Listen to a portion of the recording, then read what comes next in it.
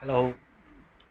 Today I'm going to just talk about the terahertz device, which I've been using it for almost 2 months right now. And this is basically a water resonator. And what it does, as I have been speaking over the Zoom on different areas of water, but today I'm going to just show you as to how you're going to use this instrument. So basically, it comes with a jug, and this is a packing, and what you all need to do is the water what you are going to collect should be a filtered water, and such of those who are all using ionized water, number two is reverse osmosis or high hydrogen content water, or whatever the waters you are using. Now what it does is, the simple concept is basically when you resonate with terahertz mechanism, that's the device, that's the technology they are using, is a terahertz device technology. So what happens is, basically what you see is, this is the terahertz wave which comes out of this particular holes down here, and then what we do is when we place it, this is manufactured by the company and given to us with the jar. So that means this unit is able to terahertz or resonate a water of 3.5 liters, which I have marked here.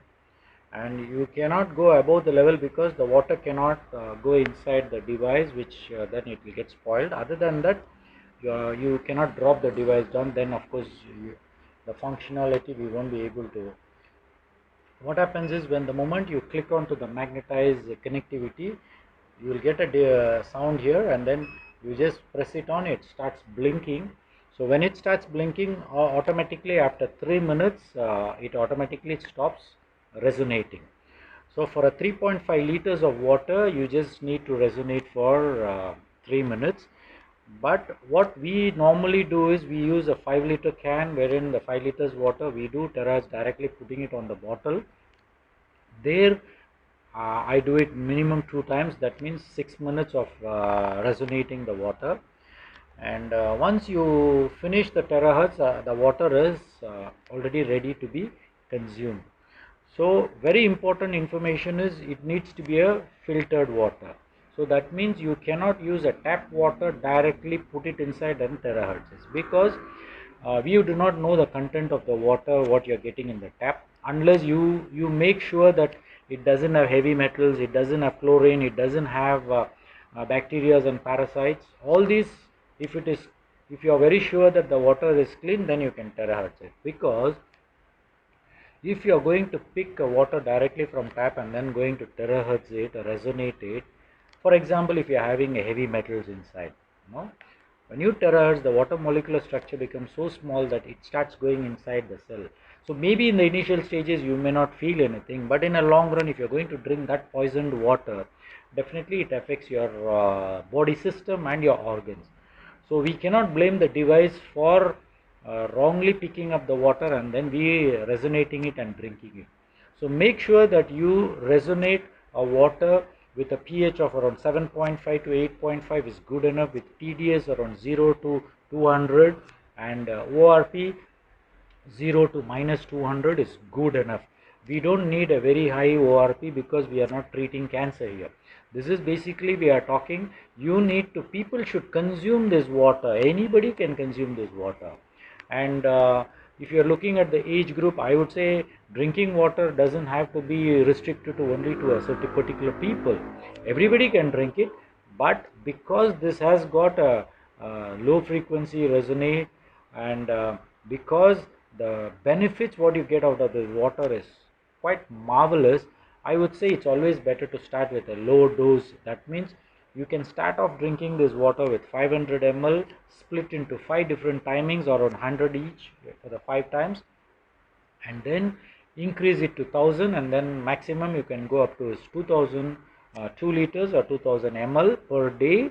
And along with the water, whatever you're drinking, maybe the natural water of 1.5 liters you add on, should be good enough.